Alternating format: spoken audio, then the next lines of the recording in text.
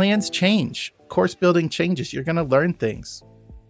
You're going to think you have the best plan until you start putting it in action. But if you waited for the perfect plan, if you waited to make sure everything was perfect, you're just not going to start. Or you're going to get started and one thing's going to throw you off and you're not going to know how to continue because you're inflexible. Hi, friend. Welcome to the Scaling Therapy Practice.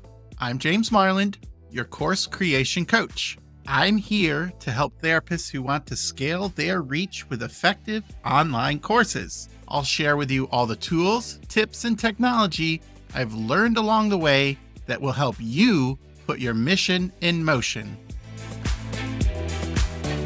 Hello, this is a reminder that the Therapist Chair to Course Challenge starts today. That's April 14th.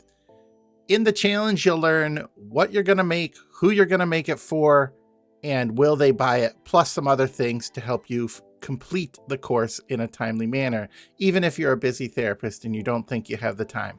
So join the challenge, get the handouts, join the community, and I would love to help you get started creating a course that people will love to buy. Join the challenge, coursecreationstudio.com. Get the resources there. Hello, and welcome back to the Scaling Therapy Practice. I'm your host, James Marland. This is the show where we empower mission-driven leaders to launch life-changing online courses. Today, we're going to be talking about the spark point, why you don't need a perfect plan to begin. I don't know if you know this about me, but I really like camping, and one of my favorite parts of camping is the fire. I love building the fires and getting the conversation started around a nice, cozy fire. Every fire, though, whether it's, a cozy campfire or just something in your fireplace, it begins with the same way. It begins with something that ignites the fire, a spark. Flames start when the spark meets the fuel. And when you're making online courses, that's where you are right now. You don't need the perfect plan. You just need the spark, that thing that gets it started, a moment, a mission, a calling, a truth that makes you say, oh, I could do more. I think I'm meant for more. But most people just get stuck in the moment. They get stuck with the idea or the dream of someday in the future, I'm going to do something big with this idea. And it's most likely because of one sneaky or soul-crushing lie. And the lie is, I got to have it all figured out before I begin. If I don't have it all figured out, I shouldn't even begin. Now, if you're like me, that belief sounds reasonable. In fact, it might even sound responsible to have everything figured out, but it's actually fear. It's fear that holds you back, and it crushes the dreams of people who want to do more, of people who have a heartache to do more with their mission, but they feel like they should have it all figured out so they don't get started. In this episode, we're going to crush that idea. We're going to crush that lie that you have to have it all figured out. I want you to find your spark so that you can start putting your dream and your mission in motion. We're going to learn 3 things today. We're going to learn why the spark, not the perfect plan, is your true starting line. We're going to talk about why your story holds more power than you think.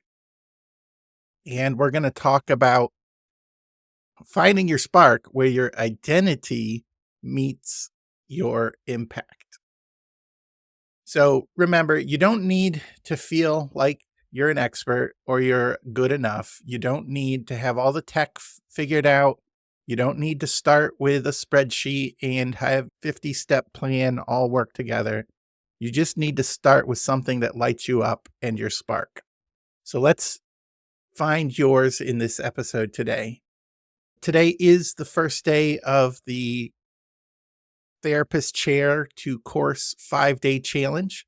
It's 30 minutes a day where I do a short video and then an action step for you to start thinking about your course. Like, if you were going to make a course, what would you make? Who would you sell it to? And how would this light you up? So just look for the show notes and also on the homepage of coursecreationstudio.com, where you can join the 5-day challenge for free. It's not too late. It started today. There's a community, there's a step-by-step guide, and also some prizes. So join today, and I'd love to help you get started putting your mission in motion. All right, so the first idea here for finding your spark is the starting line. It's not the full blueprint. I remodeled the basement. We bought the house, 15 years ago, and it had an unfinished basement. The laundry was downstairs and the furnace and a sump pump, but it was a lot of big open space with a concrete floor. And we always thought of remodeling. Our house isn't super huge. We wanted more space to have like entertainment and a TV and maybe some nice couches. I had this idea. I drew it out. I drew the just some boxes with, okay, we'd put the TV here. And, it didn't look like a lot when I put it on paper, but there was just a lot of steps. Whenever you remodel something, there's like the floor and the walls and the insulation and the ceiling and all the decisions to make the ceiling.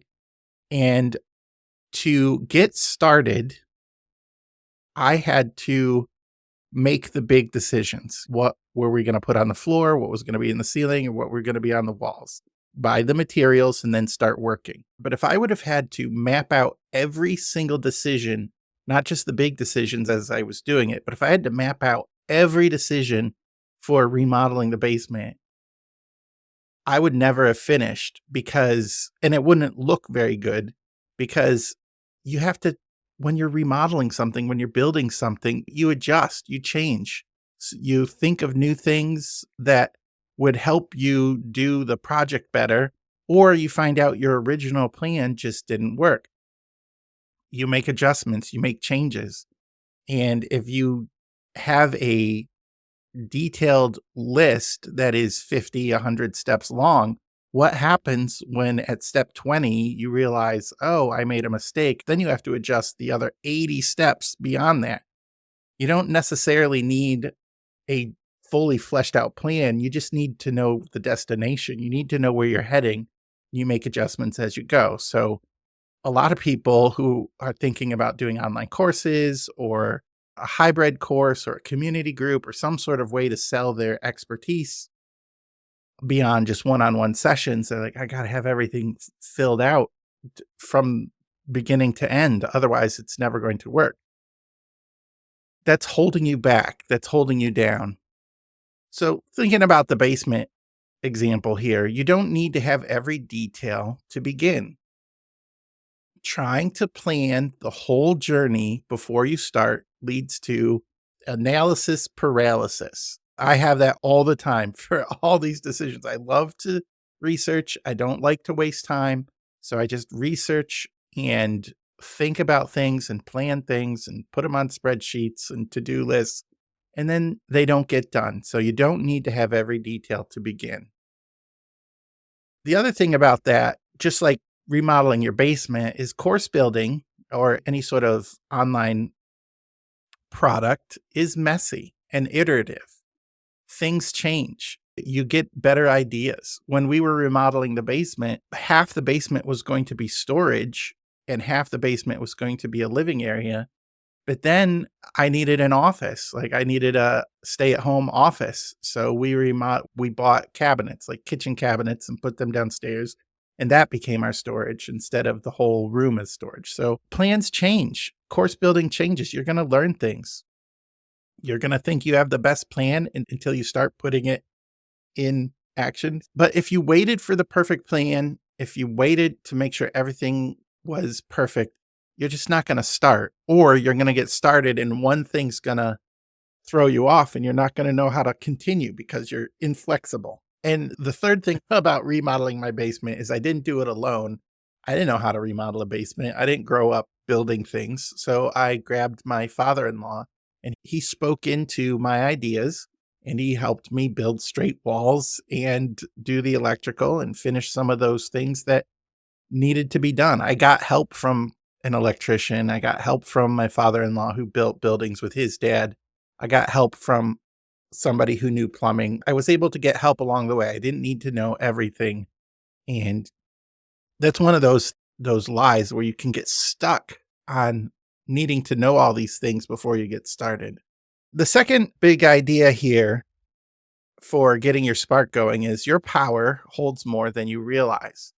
That's one thing with being good at something. You don't realize how good you are at it because you think everybody's good at it or you think it's easy for everyone. I work at a 12-step program at our church. It's called Regeneration. In Regeneration, for many years, I guess I've been doing it for 3 or 4 years now. My job was just greeting new guests. I did a new first time guest introduction where I shared my story and we watched a video, and then I gave people a chance to share their story. And then I shared just the thing that I share every time, that if you come 4 weeks, you're going to find out if this program is for you. And the people who do show up for 4 weeks end up finishing the program, or the people who do commit to 4 weeks, I have a greater chance of finishing the program and getting the benefit from what we offer. And so, unbeknownst to me, he latched onto that. He latched onto, okay, I can do it for 4 weeks. I can't commit to a year or however long the program is, but I can commit to next week. And he made it to 4 weeks. And he came up to me 6, 8 months later and he's like, I wasn't sure I was going to stick with it, but your message, your honesty, and your hope, and just the challenge of sticking with it for a few weeks to see if it's right for me, made me stay with it. And I stuck with it. And he has a really life transformation story right now because he stuck with it. And he said, your story helped me a lot. Now, to me, I've been struggling with, oh, am I making a difference? Does it really matter what I do? What I'm taking from this is my superpowers being honest about my story, being hopeful, being encouraging, looking for people who aren't fitting in and helping them transform their lives. It's easy for me to notice the person who is struggling and just give them a little bit of attention, a little bit of encouragement, and to help them with that. And that made a big difference in his life. What I want you to take from this story is I was struggling with, am I doing a good job? Does it matter? He was able to take encouragement, hope, support, and that he can do it. That's easy for me. It's easy for me to see somebody who's struggling and say, this isn't the end of your story. You got a new story to rewrite. You can have a new life. You can have growth in your life. Here, take my hope, take my encouragement, and hopefully that will grow a seed inside you. That's easy for me. I do it effortlessly, like seeing the person who's like on the hiding from people and on the fringes and lonely. That's easy for me to see because that's some of the story that I've lived. So I hunt out those people and try to encourage them. And that's my superpower.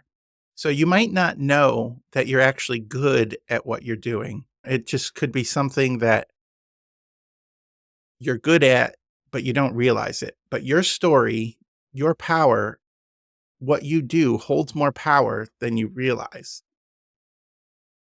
What you do naturally, what feels natural to you, might feel miraculous to somebody else.